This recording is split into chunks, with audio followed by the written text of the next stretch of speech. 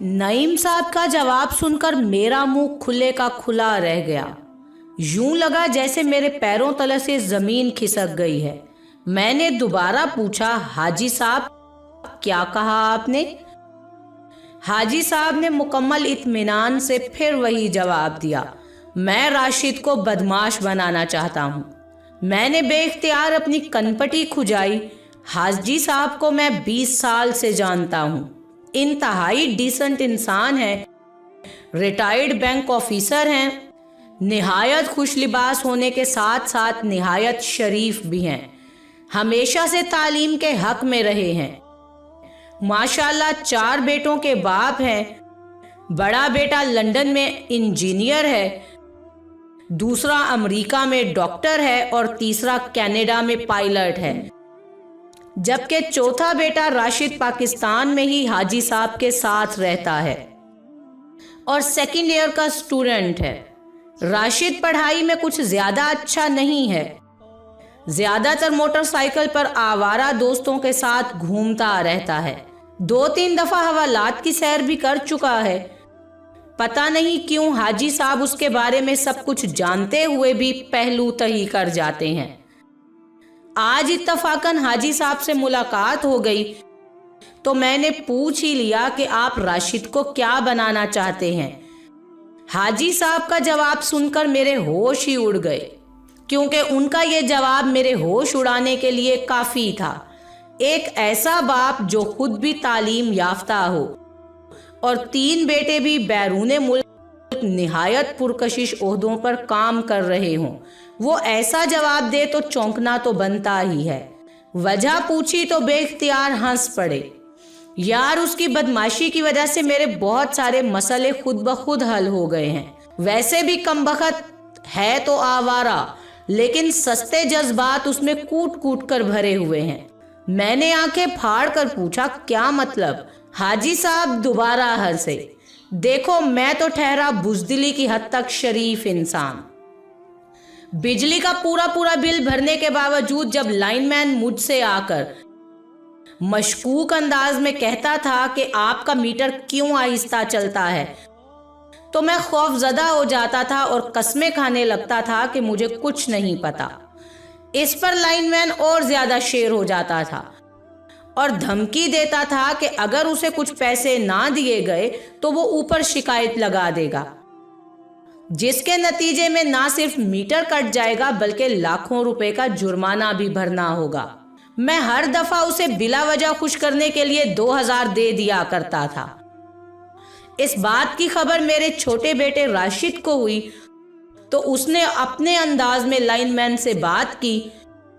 फायदा यह हुआ कि लाइनमैन खौफजदा हो गया और अब जब भी आमना सामना हो तो सलाम लेकर चुपके से निकल जाता है। बाजार में एक दफा एक मोटरसाइकिल वाला गलत रुख पर आ रहा था, सीधा मुझसे टकरा गया और उल्टा मुझे ही गालियां देने लगा। राशिद मेरे साथ था। उस मोटरसाइकिल वाले को 2 थप्पड़ लगाए और मोटरसाइकिल वाला बेइख्तियार मेरे कदमों में गिर गया। तुमने देखा होगा कि हमारे हमसाए अक्सर अपनी गाड़ी हमारे गेट के ऐन सामने लगा जाते थे। मैंने 1-2 दफा उनसे गुजारिश की कि ऐसा ना किया करें, क्योंकि फिर हमें गेट खोलने में परेशानी होती है, लेकिन उन्होंने उल्टा मुझे ही बुरा भला कहना शुरू कर दिया और बाज नहीं आए। राशिद ने एक ही दफा उनके दरवाजे पर जाकर कोई बात की, उसके बाद उनकी गाड़ी कभी हमारे गेट के सामने खड़ी नहीं हुई। अब हंसने की बारी मेरी थी। मैंने कहा लगाया, तो गोया आप 3 बेटों को आला तालीम दिलवाने के बाद चौथे बेटे की बदमाशी एंजॉय कर रहे हैं। हाजी साहब खामोश हो गए, कुछ देर मेरी आंखों में देखते रहे, फिर मेरा हाथ पकड़कर करीबी दुकान के थड़े पर बैठ गए और बोले, सच पूछो तो मुझे राशिद कभी अच्छा नहीं लगा, लेकिन अब एहसास होता है कि काश मैंने अपने सारे बेटों को ऐसा ही बनाया होता। मैंने जिस बेटे को भी आला तालीम दिलवाई वो मुस्तकबिल बनाने के चक्कर में मुल्क से बाहर चला गया।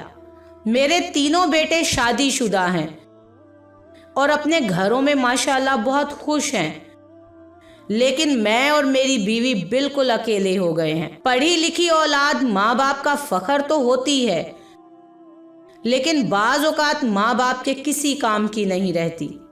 हाजी साहब ने गहरी सांस ली, जेब से मुड़ा तुड़ा टिश्यू पेपर निकालकर आंखों के गोशे साफ किए और टिश्यू पेपर दोबारा मुट्ठी में जकड़ लिया।